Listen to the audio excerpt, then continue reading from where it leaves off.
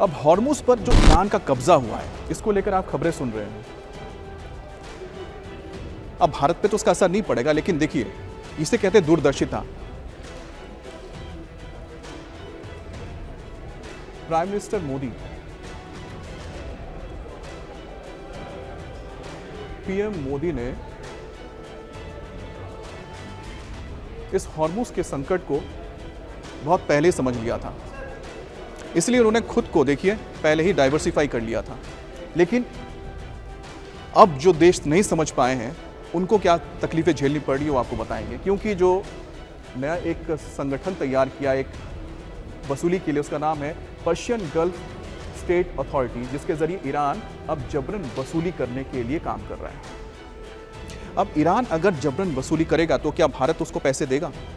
भारत के साथ तो बहुत अच्छे संबंध है, लेकिन ईरान की ओर से कहा जा रहा है कि वो सिर्फ चाइना और रशिया, ये दो ऐसे मुल्क हैं जिनको यहां से जाने की इजाजत देगा। लेकिन क्या कोई देश इस तरह से किसी एक इलाके में अपना आधिपत्य या कब्जा बता सकते कि हमारा जो कि इंटरनेशनल वाटर हो? नहीं कर सकता है, क्योंकि ये सरासर गलत है, गैरकानूनी है और ये अवैध है। तो भारत को अब ईरान के दबाव में आने की जरूरत नहीं है, क्योंकि भारत ने पहले ही अपने लिए दूसरी जगह तलाश ली है। हाँ, ये जरूर है कि स्ट्रेट ऑफ हॉर्मुज खुलना चाहिए, क्योंकि हमारे लिए यहाँ से आसानी ये होती है कि जो तेल यहाँ से आता है उसको भारत पहुँचने में कितना वक्त लगता है? 14 से 15 दिन ज़्यादा से ज़्यादा। लेकिन वही अगर आप अमेरिका या अफ्रीका से लाएंगे तो उसमें आप 20 से 30 दिन का वक्त लग जाता है। तो ऐसे में हमें ज़्यादा पैसे खर्च करने पड़ते हैं, यानी कि पे मोर डॉलर्स, ज़्यादा पैसे देते हैं ट्रांसपोर्ट के लिए। दूसरी बड़ी बात है कि ट्रंप का हॉर्मुज पर अमेरिका का नियंत्रण है, यह कहना है, ये डोनाल्ड ट्रंप कह रहे हैं मौजूदा हालात में। खाड़ी देशों ने इसका विरोध कर दिया है, यूरोपीय देश इसका आलोचना कर रहे हैं।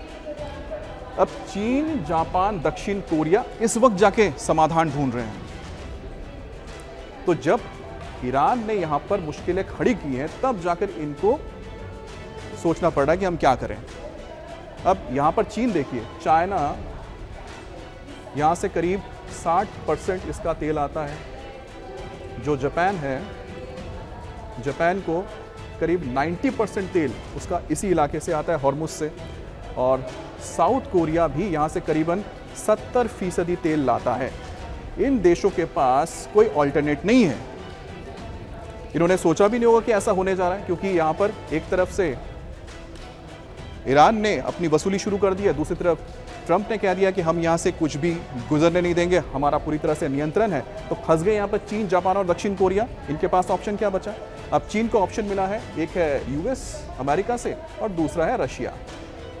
अब पुतिन जब यहाँ पर गए चाइना में, तो उन्होंने क्या कहा कि आप हमारे साथ करार कीजिए, और करार करने के लिए तैयार हो गए। तो अब रशिया से जो पाइपलाइन डलेंगे वो चाइना तक जाएंगे, जिसके ज़रिए गैस, ऑयल और ये गैस, ये सारी चीज़ें अब चीन तक पहुँचेंगी। तो आप सोचिए कि 2026 में जब हालात बिगड़ गए हैं, तब जाके ये जो देश है अब दूसरा ऑल्टरनेटिव ढूंढ रहे हैं। जबकि भारत ने कब कर लिया था? भारत ने 2022 में ही इसको समझ लिया था कि कभी भी ऐसा हो सकता है, और इसलिए पहले ही भारत ने अपने आप को तैयार कर लिया था।